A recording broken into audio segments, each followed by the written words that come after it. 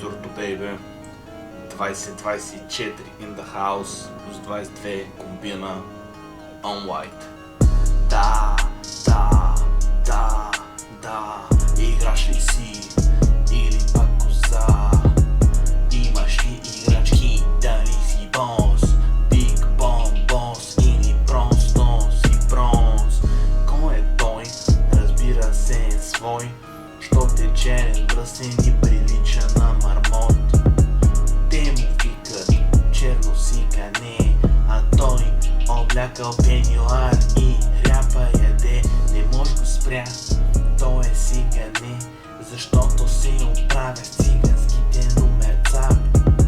Айде батко, дай 2 лева, да мога да си купя фибела в кутия.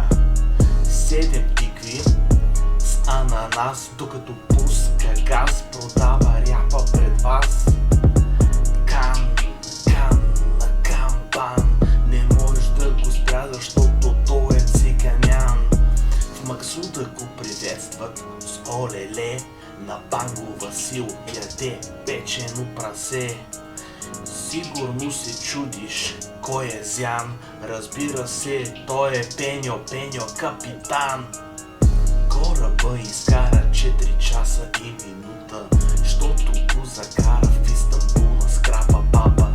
Върна го за скрап и взе 8 лева, купи на родата BMW емблема. Ей, от тука започна сега 8 дела на Пеньо в Харабежната гора. Ето на, не можеш да го спря, защото той е циганя. Влязах му в двора, видях ананас, посегнах да го взема и получих минус в клас. Циганско в Иван Рилски, що те ряпа, единствената шестица е взела, що ти циганин.